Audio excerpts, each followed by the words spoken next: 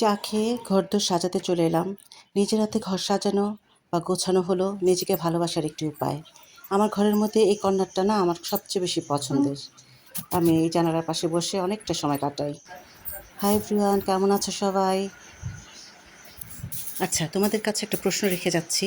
সত্যি করে কমেন্টস উত্তর দেবে, ঠিক আছে? কমেন্টস করবে। আমার এই ডেইলি লাইফ ব্লগগুলো কি তোমাদের দেখতে ভালো লাগে? আমার কিন্তু এই নিত্যদিনের কাজগুলো করতে, করতে মাঝে, মাঝে একঘেয়েমি চলে আসে। তোমাদের কি সেটাই মনে হচ্ছে? একঘেয়েমি লাগছে নাকি না ভালো লাগছে? একটু কমেন্টস করে জানিও। তাহলে আমি বুঝতে পারবো যে তোমরা কী ধরনের ভিডিওগুলো পছন্দ করো। কেননা তোমাদের সাথে আমার লাইফস্টাইলগুলো শেয়ার করি। তো নিত্যদিনে তো ঘরে যখন বাসায় থাকি তখন তো এই একই কাজ, প্রতিদিনই তো একই রকমই কাজ। ঘরদোর পরিষ্কার করো, রান্নাবান্না করো, বারান্দা গোছাও। এই তো নরমাল যেই জীবনযাপন আমাদের, তাই না? তো সেগুলি দেখানো হয়। তারপর যখন মাঝে, মাঝে আমি বাইরে যাই সেগুলো মাঝে আমি শেয়ার করি। তো কোন ধরনের ভিডিওগুলো তোমাদের সামনে তুলে ধরলে তোমাদের ভালো লাগবে একটু কমেন্টস করে জানাতে পারো। এইটা আমার বদ অভ্যাস না ভালো অভ্যাস আমি ঠিক জানি না, তোমাদের সাথে শেয়ার করছি। আমার যখন মন খারাপ হয়, যখন কোনো কিছু ভালো লাগে না তখন না আমি ঘরটাকে সুন্দর করে আরও সাজাই, পরিপাটি করে রাখি।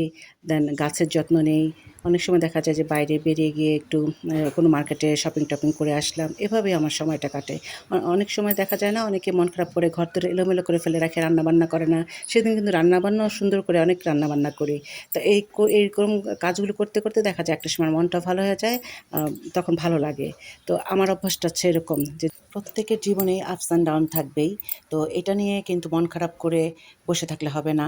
তোমার মতো তুমি জীবন চালিয়ে যাবে। সবসময় আল্লাহর উপর ভরসা রাখবে যে আল্লাহ তোমাকে নিশ্চয়ই ভালো কিছু দিবেন বলে আজকে হয়তো তুমি এটা পাচ্ছ না যেটা চাচ্ছ। তো সেইভাবেই কিন্তু আমি আল্লাহর উপর ভরসা করে রাখি যে ইনশাআল্লাহ একদিন না একদিন আমার সুদিন আসবে বা ভালো দিন আসবে বা আমার মন খারাপটা ভালো হয়ে যাবে কোনো কারণে।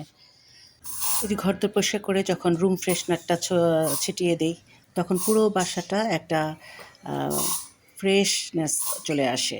খুব ভালো লাগে আমার কাছে। ভালো থাকার কিছু টিপস তোমাদের সাথে শেয়ার করছি। ঝগড়াঝাটি যতটা সম্ভব কমিয়ে ফেলবা। অভিযোগ একেবারেই কমিয়ে দাও। কারো উপর কোনো অভিযোগ রাখবে না। সত্যি কথা বলা ভালো, কিন্তু অপ্রিয় সত্যি কথা বলো না। তোমার ভিতর যাই থাকুক না কেন, মুখে যেন হাসি সবসময় থাকে। দরজা খুলে যেন সবাই তোমার হাসি মুখটাই দেখতে পায়। তাহলে দেখবা ভালো থাকবা সবসময়। তো বিকেলের দিকে আমার কাজিনরা বেড়াতে এসছে আমার বাসায়। মুন্সিগঞ্জ থেকে আমার আরেকটা কাজিনের বউ, ওর বাচ্চা-কাচ্চা আসছে ওর বোনের বাসায়। তো আমারও ওই কাজিনটাই আবার আমাদের বাসায় নিয়ে আসলো। অনেকদিন পর আসবে, আসবে করছিল। বৃষ্টি, তারপরও বলছে, "চলে আসো।" পানি, চারিদিকে পানি, বের হতে পারছিল না। তারপর বললাম যে, "পানি থাকবে, যেটাই হোক আজকে আসতেই হবে।" তারপর আসছে বাচ্চাদের নিয়ে। আর আমার ফুপি, ফুপা ওনারা আর আসেনি।